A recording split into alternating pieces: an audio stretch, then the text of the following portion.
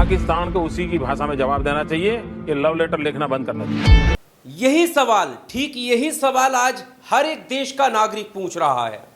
अगर cease fire 3 दिन late होता तो पाक ऑक्यूपाई कश्मीर आज भारत का हिस्सा होता। और यही बात आज हर एक देश का नागरिक चाहता भी है कि पीओके पाक ऑक्यूपाइड कश्मीर आज हमारा होता। नमस्कार, आपके साथ में हूं आकिल रजा। आप देख रहे हैं एआर न्यूज इंडिया। भारत और पाकिस्तान के बीच सीज फायर की खबर के बाद से देश के लोगों में गुस्सा है। देश के लोग सवाल खड़े कर रहे हैं। सवाल इस बात को लेकर भी है कि आखिर हमारा फैसला, हमारे युद्ध का फैसला क्या अमेरिका करेगा, क्या डोनाल्ड ट्रंप करेगा? इसकी जानकारी पहले डोनाल्ड ट्रंप ने क्यों दी? और उसके बाद सवाल ये भी उठाए जा रहे हैं कि जब इतना अच्छा मौका था और जो हमारे देश के लोग ये उम्मीद लगाए हुए थे कि इस बार पाक ऑक्युपाइड कश्मीर जो है वो हमारा होगा, तो फिर क्यों सीज फायर रोक दिया गया? और इन तमाम सवालों के बीच प्रधानमंत्री नरेंद्र मोदी और गृह मंत्री अमित शाह का वीडियो भी सोशल मीडिया पर तैर रहा है, जो कि आपने अभी देखा। विस्तार से ये वीडियो हम आपके सामने रखेंगे और देश की जनता के जो सवाल हैं उन सवालों को भी हम आपके सामने रखेंगे। इससे पहले कि हम प्रधानमंत्री नरेंद्र मोदी, जो कि उस वक्त मुख्यमंत्री हुआ करते थे गुजरात के, उनका बयान सुनाए और गृह मंत्री का 2023 का सदन के अंदर दिया हुआ बयान सुनवाए, हम बैरिस्टर असदुद्दीन ओवैसी का भी एक बयान आपके सामने रख देते हैं।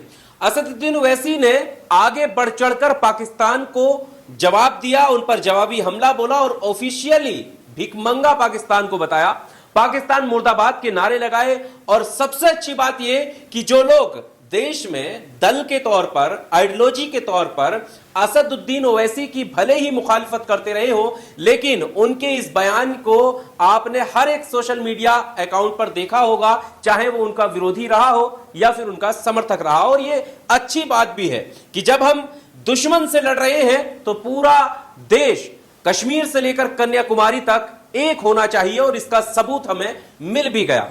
अब हम बात करते हैं कि जो ये युद्ध विराम लगा है इसके पीछे क्या वजह है और युद्ध विराम क्या लगना सही है। असदुद्दीन ओवैसी ने जो सवाल खड़ा किया है वो हम आपकी स्क्रीन पर रखते हैं, देखिएगा। ओवैसी ने बोला है कि मेरी इच्छा थी कि युद्ध विराम की घोषणा किसी विदेशी राष्ट्रपति के बजाय प्रधानमंत्री मोदी को करनी चाहिए थी। क्या अमेरिका ये गारंटी देता है कि पाकिस्तान अपनी जमीन का इस्तेमाल आतंकवाद के लिए नहीं होने देगा? ये महत्वपूर्ण सवाल है ओवैसी का कि क्या अमेरिका ये गारंटी देगा? क्योंकि अमेरिका अगर सरपंच बन रहा है, डोनाल्ड ट्रंप यहां पर आकर सरपंच बन रहा है और ये फैसला कर रहा है कि कब युद्ध करना चाहिए और कब रोकना चाहिए, तो सवाल यह है कि क्या डोनाल्ड ट्रंप या अमेरिका ये गारंटी लेगा कि अब पाकिस्तान अपनी जमीन का इस्तेमाल आतंकवाद को बढ़ावा देने के लिए नहीं करेगा? ये वाजिब सवाल है और ये पूछा जाना चाहिए था। आखिर किन शर्तों पर यह युद्ध विराम रुका गया है? और सवाल यह भी उठ रहे हैं कि कैसे डोनाल्ड ट्रंप की बात खुद प्रधानमंत्री नरेंद्र मोदी ने मान ली। और ये सवाल क्यों उठ रहे हैं, अब आप वीडियो ध्यान से सुनिएगा। ये सवाल इसलिए उठ रहे हैं क्योंकि उस वक्त के मुख्यमंत्री नरेंद्र मोदी जी एक टीवी शो में बैठकर ये सवाल कर रहे हैं कि अगर जब पाकिस्तान हम पर हमला कर रहा है, और उनके अगर शब्दों के हूबहू अगर मैं बताऊं, यहां पर आप देख भी सकते हैं, ये उनका उस वक्त का इंटरव्यू है। उनके शब्दों के अनुसार उन्होंने कहा कि अगर पाकिस्तान हमें यहां मार के जा रहा है, हमारे घर में मार के जा रहा है, और हम अमेरिका जा रहे हैं, ओबामा कर कर रो रहे हैं, अरे हमें पाकिस्तान जाना चाहिए। तो अब सवाल यह उठता है कि जब उस वक्त जो कि मुख्यमंत्री थे मोदी जी, इनके हाथ में दिल्ली की सत्ता नहीं थी, केंद्र की सत्ता नहीं थी, जब उस वक्त इनको इतनी समझ थी, तो आज डोनाल्ड ट्रंप की बात नरेंद्र मोदी ने कैसे मान ली? ये सवाल सोशल मीडिया पर उठाए जा रहे हैं। सबसे पहले आप प्रधानमंत्री नरेंद्र मोदी का उस वक्त का, जब वो गुजरात के मुख्यमंत्री थे, क्या सवाल उठाए थे, ये वीडियो आप देखिएगा। पाकिस्तान को उसी की भाषा में जवाब देना चाहिए कि लव लेटर लिखना बंद करना चाहिए। नेशनल प्रेशर पैदा करने की ताकत आज हिंदुस्तान में, पूरी दुनिया पे प्रेशर हम पैदा कर सकते हैं। पाकिस्तान हमको मार के चला गया, पाकिस्तान ने हम पर हमला बोल दिया मुंबई में, और हमारे मंत्री जी अमेरिका गए और रोने लगे, ओबामा हमको मार के चला गया, बचाओ बचाओ। ये कोई तरीका होता है क्या? पड़ोसी मार के चला जाओ और अमेरिका जाते हो? अरे पाकिस्तान जाओ ना। अब सवाल पूछना तो वाजिब है, यही सवाल सोशल मीडिया पर उठाया जा रहा है। भले ही हमारे देश का नफरती गोदी मीडिया इसको तवज्जो नहीं देगा, गोदी मीडिया भले ही आपका ध्यान भटकाएगा और वो कराची पर हमला बोलने की बात करेगा, वो बोलेगा कि इस्लामाबाद पर हमारा कब्जा हो गया है, कितनी फजीहत हुई है, इसका आप अंदाजा भी नहीं लगा सकते। बहरहाल गोदी मीडिया अपना अलग ही प्रोपेगेंडा चला रहा है इस पूरे युद्ध के दौरान, किस तरह से अपमान करने का काम किया है गोदी मीडिया ने, उस पर हम नहीं जाएंगे। लेकिन जो सेना के अधिकारी हैं उनकी खबरें भी सामने आ रही हैं। ये खबर आपकी स्क्रीन पर, सवाल तो उठने वाजिब है कि आखिर ये सब कुछ क्या हुआ, क्यों लोगों के ये बात समझ में नहीं आ रही है कि अचानक से युद्ध कैसे रुक गया जब हमारे पास मौका था, जब हमारी सेना, और सेना को हम सैल्यूट करते हैं, क्या बहादुरी से हमारे जवान लड़े हैं और मुंह तोड़ जवाब पाकिस्तान का दिया है, लेकिन ट्रंप के कहने से युद्ध को रोक दिया गया। यहां पर देखिए खबर आपकी स्क्रीन पर, युद्ध विराम फैसले से पूर्व सेना प्रमुख भी हैरान। पूर्व सेना प्रमुख का एक बयान आया है और वो हैरान है इससे। वो कह रहे हैं कि पूर्व जनरल वीपी मलिक बोले हैं कि इतिहास पूछेगा कि भारत ने इससे क्या हासिल किया। अब सवाल तो है कहीं ना कहीं कि ये जो लड़ाई हुई इससे इतिहास ये पूछेगा कि इससे हासिल क्या हुआ। हम पहलगाम में हुए हमारे जो नागरिक हैं उनका बदला लेने के लिए गए थे, लेकिन कितनी जानें हमने और गवा दी। और अफसोसजनक बात यह है कि उसमें कई हमारे जवान भी शहीद हुए हैं, उनको श्रद्धांजलि, भावपूर्ण श्रद्धांजलि।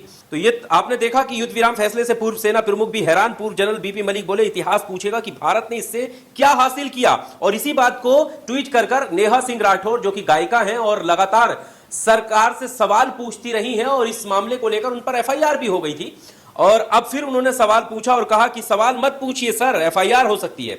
इनका आईटी सेल किसी को भी गालियां दे सकता है, और गालियों की जब बात आती है और आईटी सेल की बात आती है तो बेहद ही शर्मनाक बात है, बेहद ही शर्मनाक बात है। और वो इसलिए है क्योंकि foreign secretary of India Vikram Misri, जिनको आप, ये तस्वीरें आप देख सकते हैं, जिनको आप लगातार प्रेस ब्रीफ में हमारे देश की दो बेटियों के साथ बीच में बैठा हुआ देख रहे थे, ये प्रेस ब्रीफ दे रहे थे, क्या कुछ चल रहा है, कैसे हमारी सेना लड़ रही है, हमारी सेना ने जवाबी कार्रवाई कहां कहां की है, वो सारा कुछ ये अपडेट कर रहे थे, प्रेस ब्रीफ दे रहे थे। जानते हैं इनके साथ क्या हो रहा है?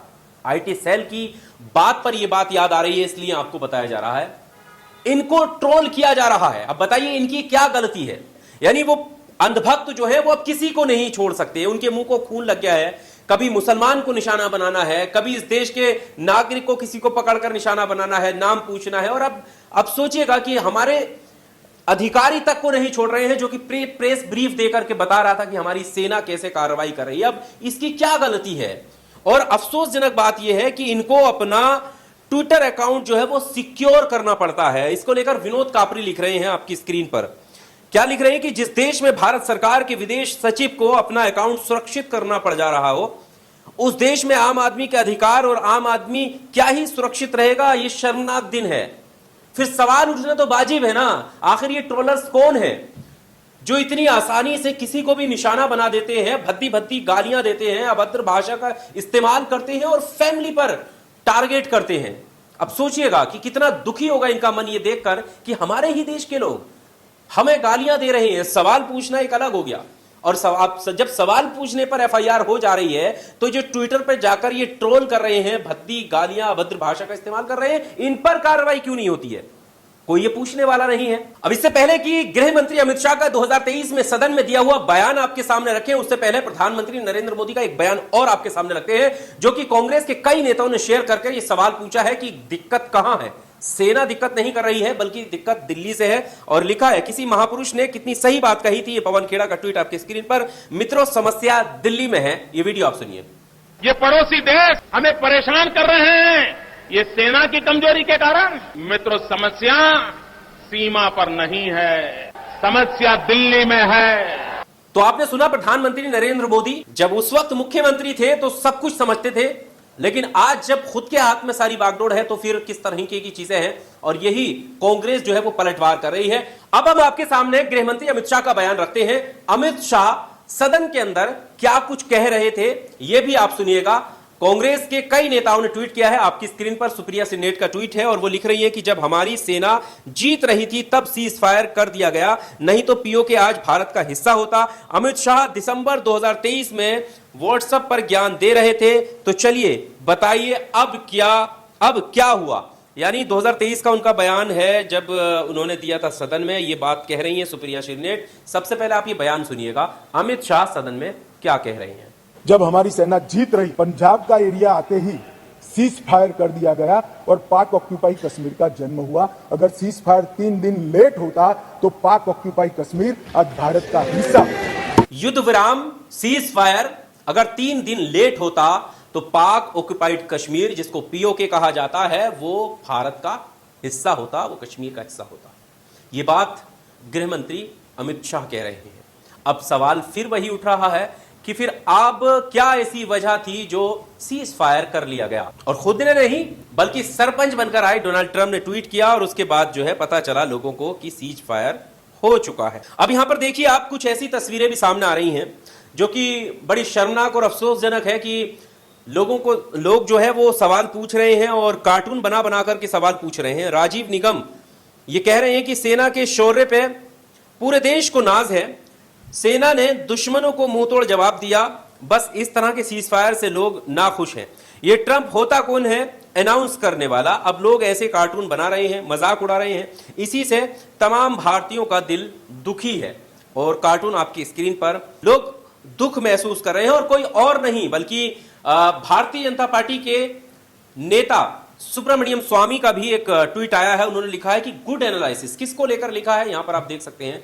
यह लिखा है प्रधानमंत्री नरेंद्र मोदी के उसी वक्तव्य को जिसकी शुरुआत हमने इस वीडियो से की और बीच में भी आपको सुनवाया, जिसमें वो क्या कह रहे थे, जिसमें वो क्रिटिक कर रहे थे और कह रहे थे कि अगर पाकिस्तान हमें मार के जा रहा है तो हमें अमेरिका जाने की जरूरत नहीं है, हमें पाकिस्तान जाने की जरूरत है। और देश भी यही चाहता है, पीओके हमारा होता, पीओके हमारा होना चाहिए। और आखिर क्या वजह है जो युद्ध जो है रुक गया और सीज फायर मान लिया गया। बहरहाल इस वीडियो को लेकर आपका क्या कहना है कमेंट बॉक्स में आकर अपनी राय जरूर दीजिएगा। शुक्रिया।